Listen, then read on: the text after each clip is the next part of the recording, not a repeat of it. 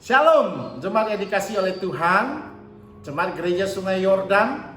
Kita bertemu kembali di dalam sesi ibadah raya hari ini. Kiranya Tuhan memberkati pemberitaan firman Tuhan pada hari ini.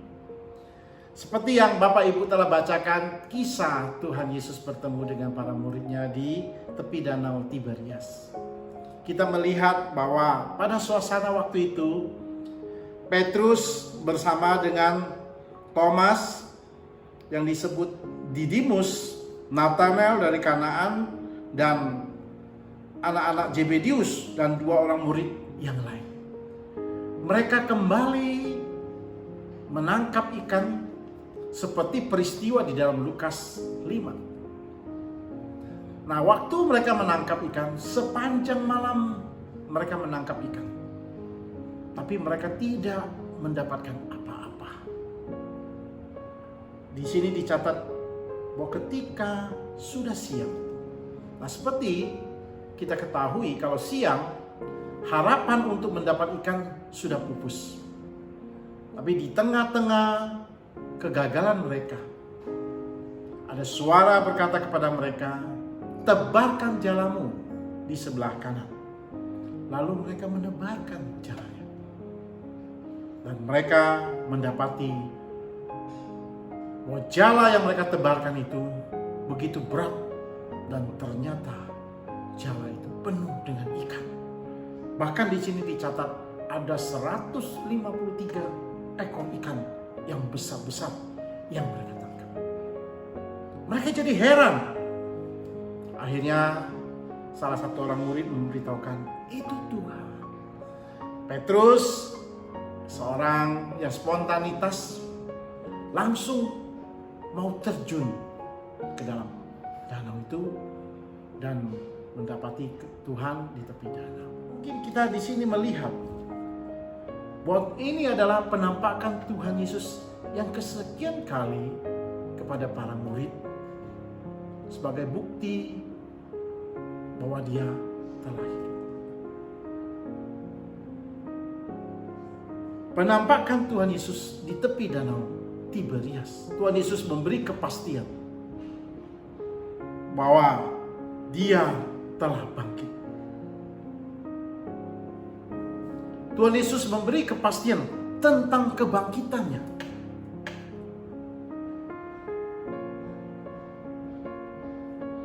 Mengapa kebangkitan Tuhan Yesus begitu penting? Karena seperti minggu lalu firman Tuhan yang mengatakan bahwa ada kembang isu-isu yang dibawakan oleh para prajurit, bahwa mayat Tuhan Yesus telah dicuri oleh para muridnya. Sedangkan dari pihak murid, mereka mengatakan bahwa mayat tubuh Tuhan telah dicuri orang lain. Dan mereka sempat bingung, sempat tidak punya jawaban terhadap ketidakhadiran Tuhan.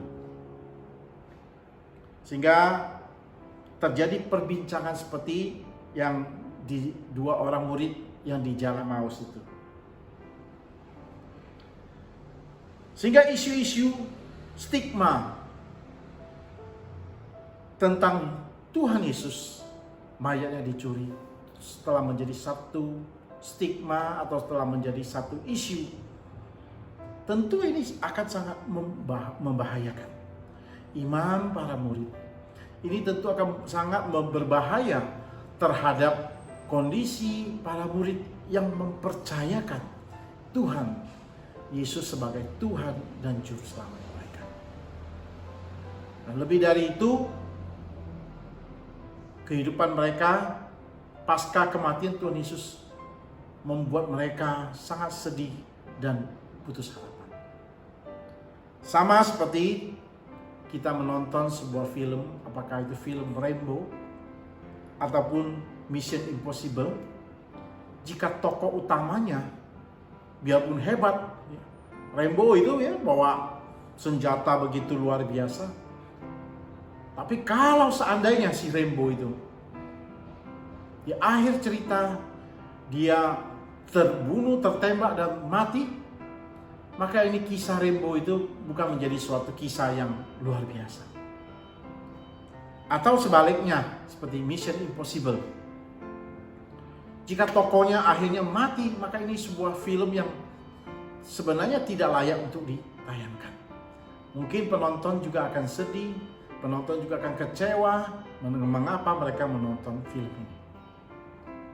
Ini cerita fiksi, tapi di dalam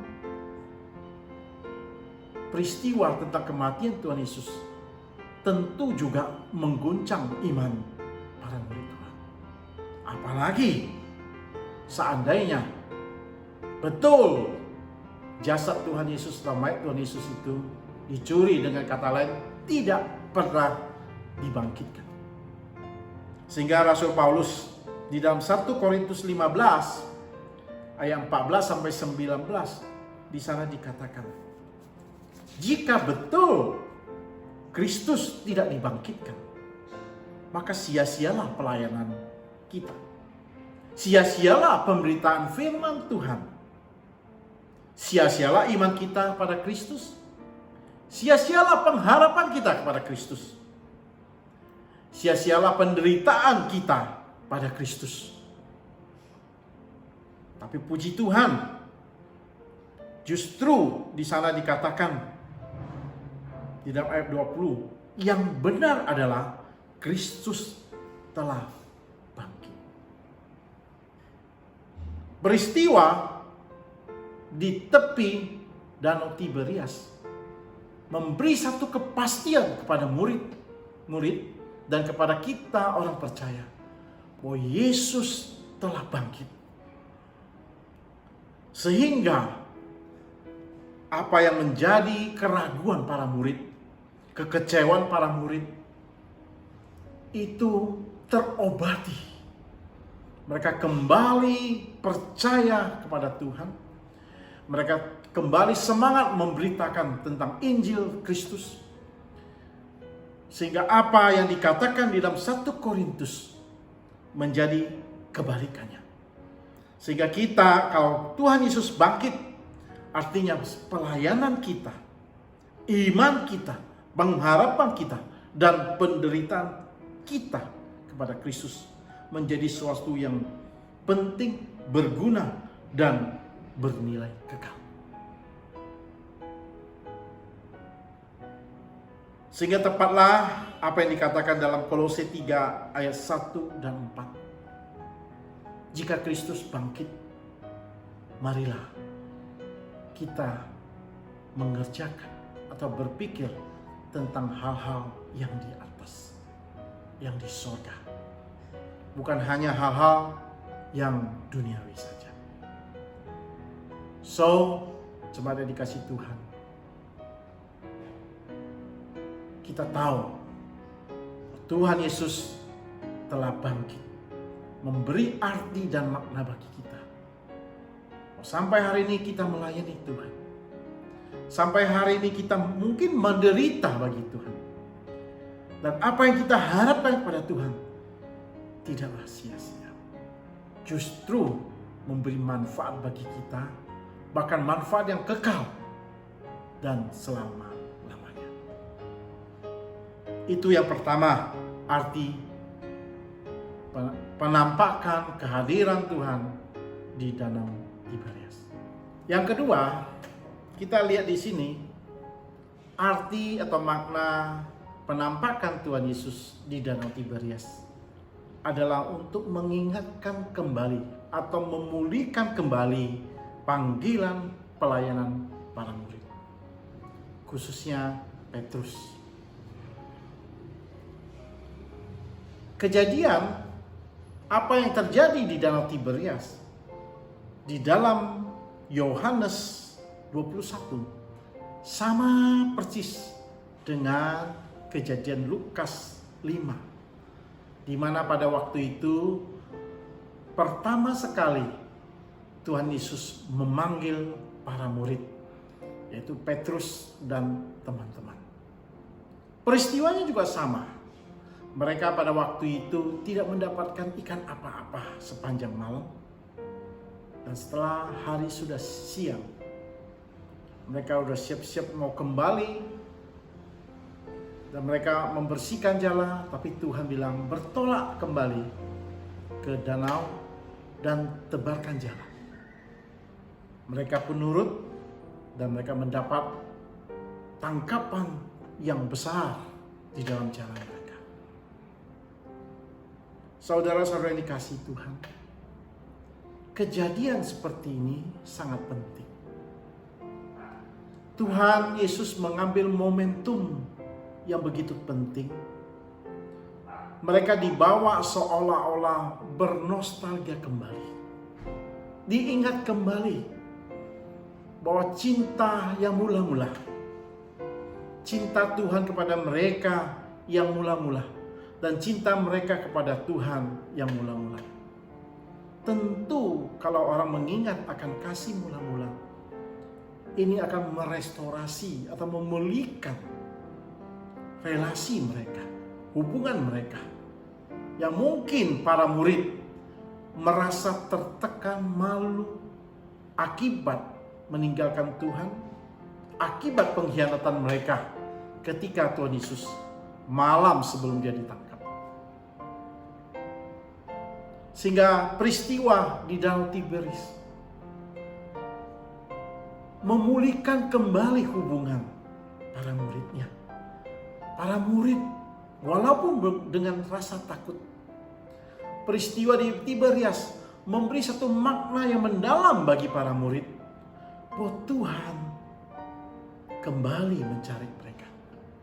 Oh, Tuhan mengasihi mereka, walaupun sebenarnya mereka tidak layak untuk dikasihi ataupun karena pengkhianatan mereka.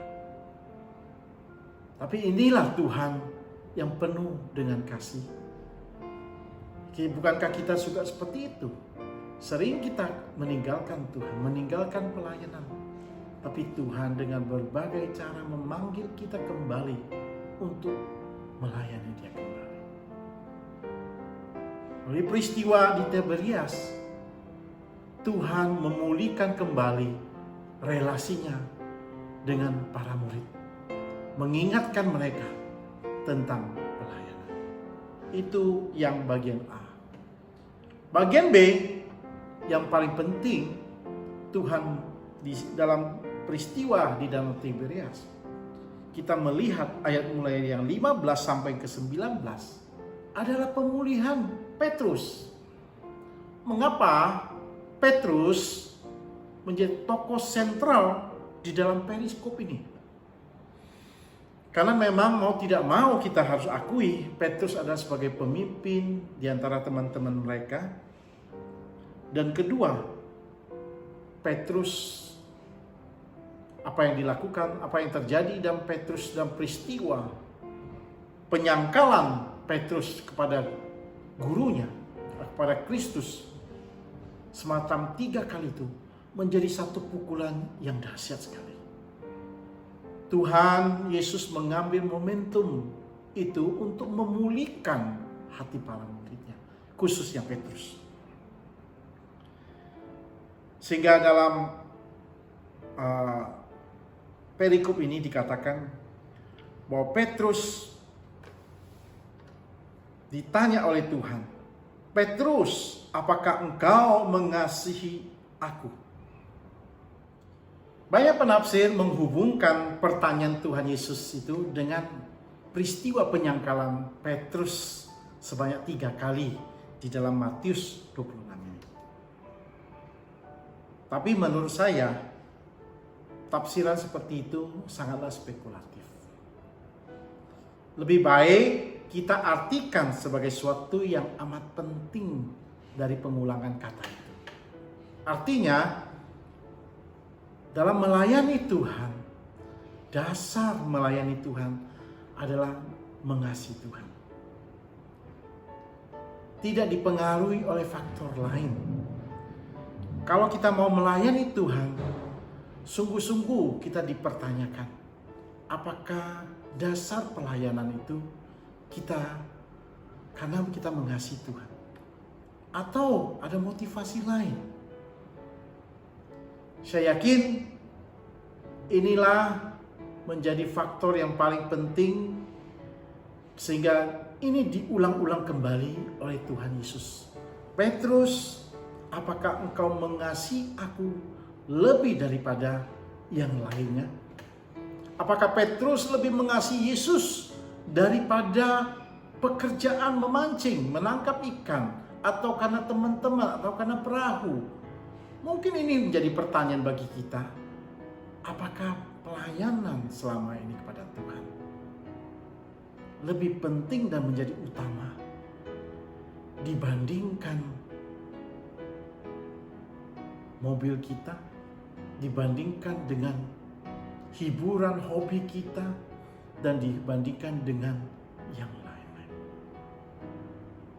Kalau tidak, maka itu bukan menjadi satu pelayanan yang berkenan bagi Tuhan.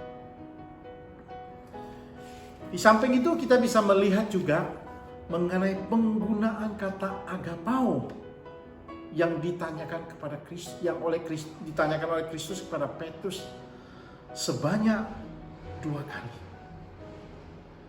Petrus, apakah engkau agapao kepadaku? Mungkin kita bertanya, mengapa Tuhan menggunakan bahasa agapao? Sedangkan banyak kasih bisa banyak, bisa philia, stroke, bisa juga macam-macam. Tapi memang itulah yang Tuhan kehendaki. Sebenarnya Tuhan menghendaki kita mengasihi Dia secara agapao juga, termasuk Petrus. Di dalam Matius 10 ayat 37 sampai 39, Tuhan juga sudah membuat satu komitmen. Jika engkau mengasihi, jika engkau melayani, mengikuti aku, tidak meninggalkan ayahmu, ibumu, atau ketika engkau melayani aku atau mengikuti aku, lebih mengasihi ayah, lebih mengasihi ibu, anak, saudara, dan bahkan nyawamu, maka engkau tidak layak bagiku. Apalagi di dalam peristiwa kebangkitan, di mana Kristus telah mati bagi kita semua. Kristus telah mati bagi kita ketika kita belum menjadi orang yang baik. Ketika kita masih melawan Dia. Ini artinya sudah sepantasnya Tuhan menanyakan kepada Petrus, apakah engkau agapao ke saya? Seperti saya juga agapao kepada engkau. Ini sesuatu yang lumrah. Kalau sesuatu memberi yang terbaik, juga berharap mendapatkan yang terbaik. Tapi justru Petrus menjawab 3 kali dengan philia. Artinya dia mengasihi Tuhan dipengaruhi oleh karena kondisi, atau akan tetapi, atau ada faktor-faktor lain. Tidak mampu dia mengasihi Tuhan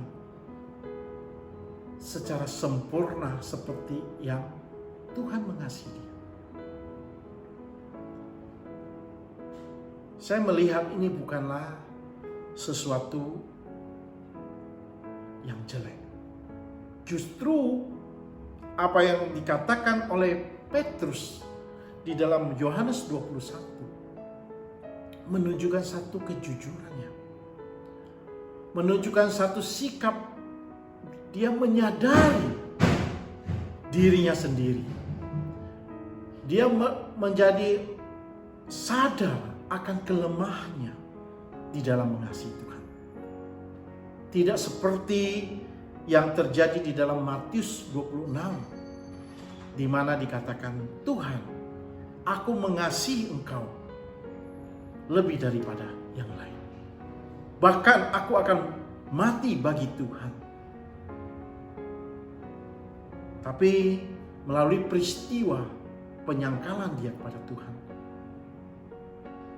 dan pertemuan dengan Tuhan di Danau Tiberias, kita melihat ada satu perubahan sikap Petrus yang luar biasa. Yang tadinya arogan, artinya merasa sangat hebat, mampu.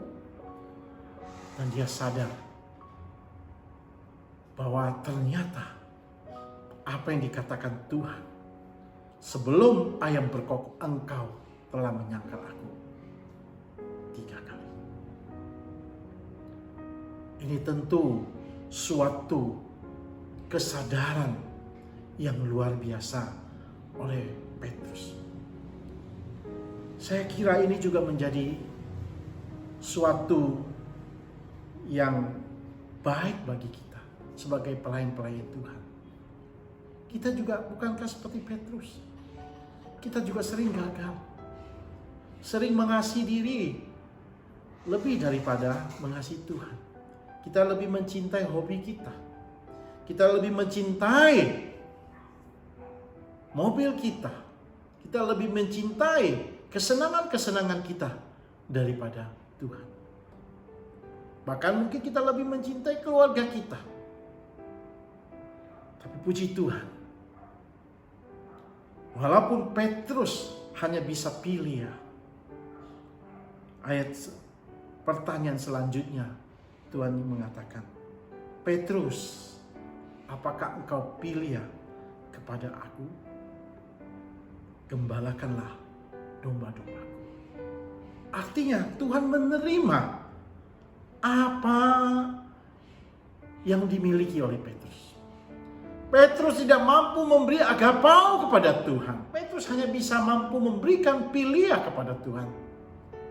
Dan Tuhan menerima Pilia yang dari Petrus. Apa yang Petrus berikan pada Tuhan? Walaupun hanya Pilia. Firman Tuhan mengatakan bahwa akhirnya Petrus mati dalam kemuliaan atau memuliakan Tuhan. Artinya Pilia Petrus pun diubah menjadi agapau, mengasihi Tuhan dengan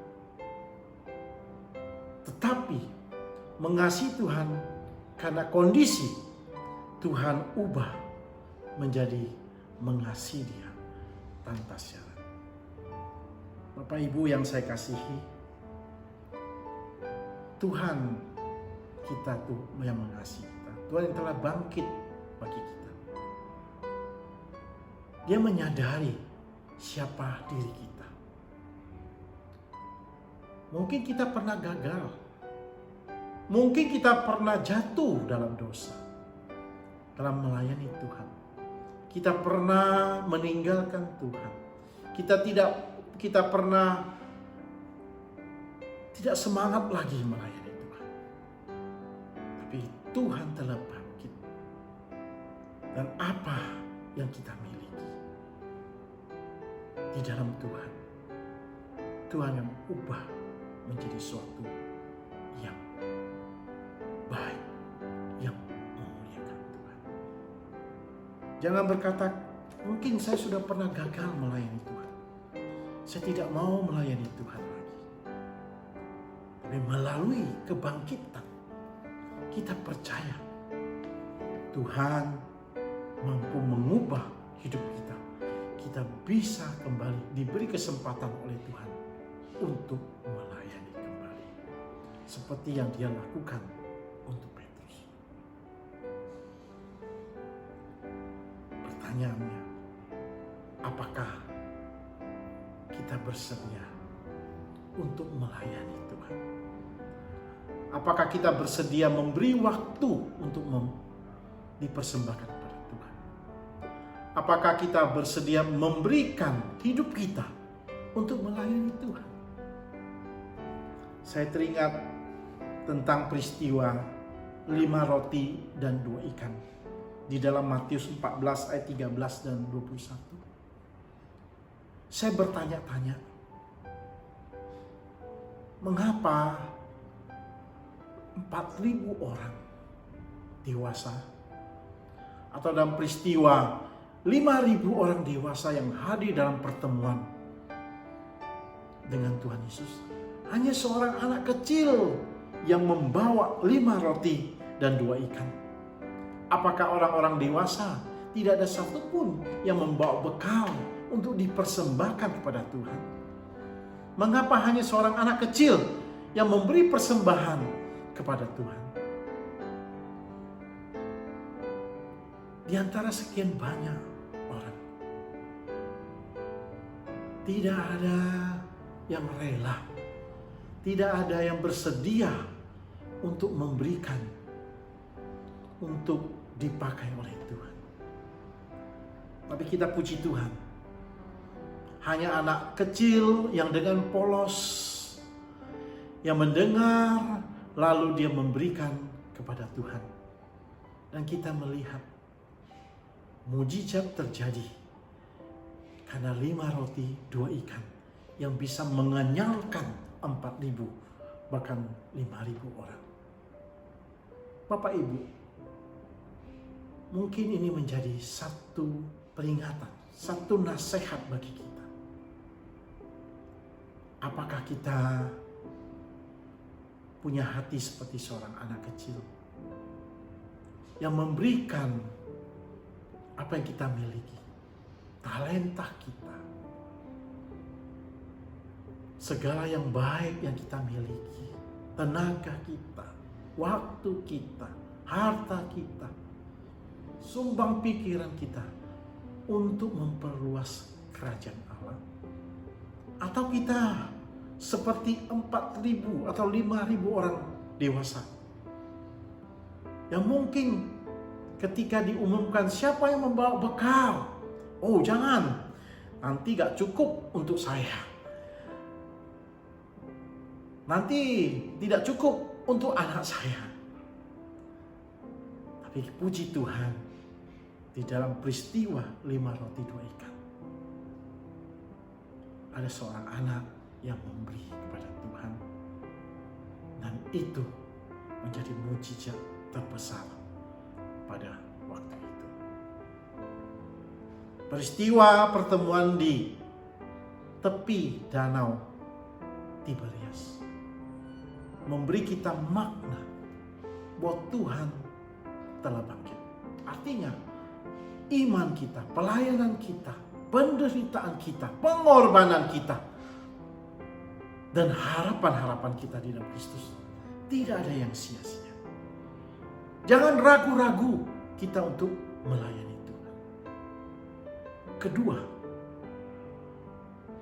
penampakan Tuhan di Danau Tiberias memberi kita dorongan, semangat bahwa sampai hari ini Tuhan tetap mengasihi kita.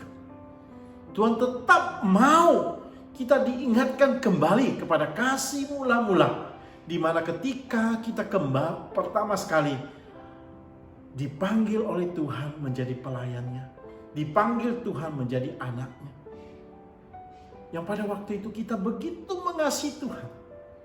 Mungkin di antara kita memberi persembahan, memberi waktu kita, bekerja dengan tanpa berpikir, dengan sungguh-sungguh memberi yang terbaik bagi Tuhan. Peristiwa di tepi danau Tiberias merupakan peristiwa kita kembali lagi merestorasi kembali pelayanan kita, merestorasi kembali panggilan pelayanan kita kepada Tuhan. Kiranya firman Tuhan mengingatkan kita kembali. Di dalam setiap tahun kita memperingati Paskah, memperingati kebangkitan Tuhan Yesus, memberi dorongan semangat, memotivasi kita untuk lebih lagi sungguh-sungguh melayani Tuhan. Tuhan Yesus memberkati kita semua.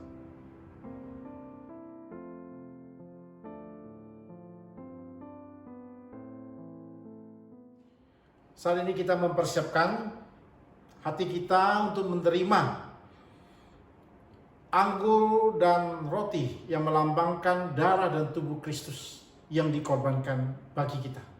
Sebelumnya kita nyanyi satu lagu.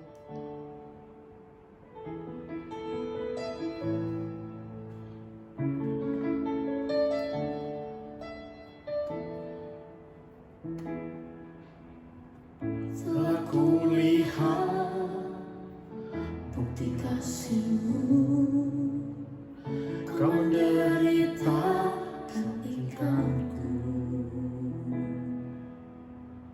Dengan darah-Mu Kau selamatkanku. Kini ku hidup menyenangkan-Mu.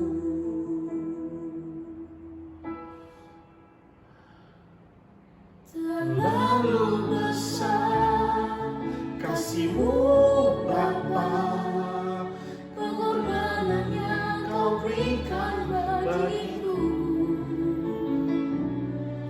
Terlalu mahal darah-Mu Yesus, tercurah untuk menebus hidupku.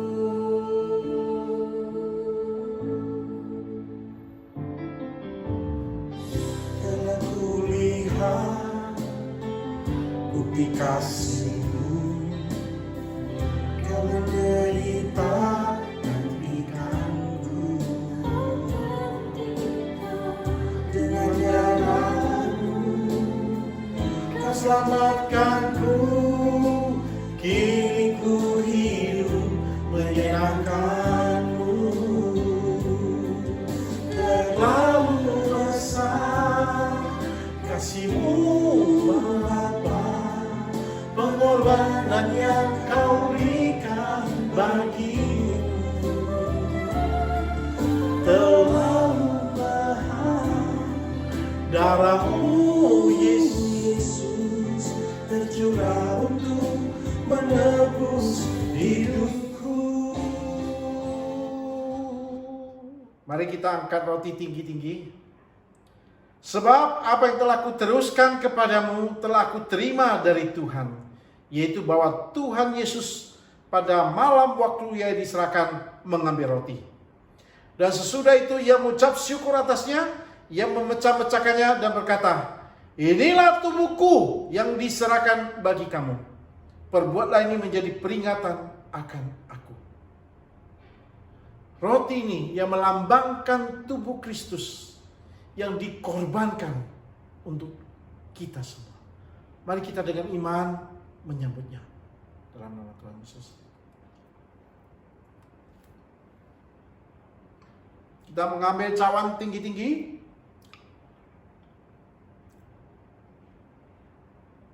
Demikian juga Ia mengambil cawan sesudah makan lalu berkata, cawan ini adalah perjanjian baru yang dimeteraikan oleh darahku. Perbuatlah ini setiap kali kamu meminumnya dan menjadi peringatan akan aku. Sebab setiap kali kamu makan roti ini dan minum cawan ini, kamu memberitakan kematian Tuhan sampai Ia datang. Cawan anggur ini yang melambangkan darah Kristus yang dicurahkan untuk menebus dosa kita. Mari kita menyambut cawan anggur ini yang melambangkan darah Kristus. Dalam nama Tuhan Yesus. Mari kita bersatu dalam doa. Bapa di surga, kami bersyukur, berterima kasih untuk pengorbanan-Mu bagi kami Tuhan. Apa yang telah Tuhan kerjakan di atas kayu salib menyelamatkan kami semua. Kami yang tidak layak sebagai anak-anak Tuhan dipulihkan kembali hubungan kami kepada Allah Bapa. Sehingga kami Tuhan layak disebut anak-anak-Mu. Terima kasih Tuhan untuk pengorbanan-Mu. Terima kasih untuk pengampunan dosa yang telah Tuhan kerjakan di atas kayu salib. Terima kasih Tuhan untuk segala hal yang baik yang sudah Tuhan lakukan. Dan dalam nama Tuhan Yesus, hamba-Mu berdoa. Amin. Demikian selesai acara perjamuan kudus. Tuhan Yesus memberkati. Selamat hari Minggu. Shalom.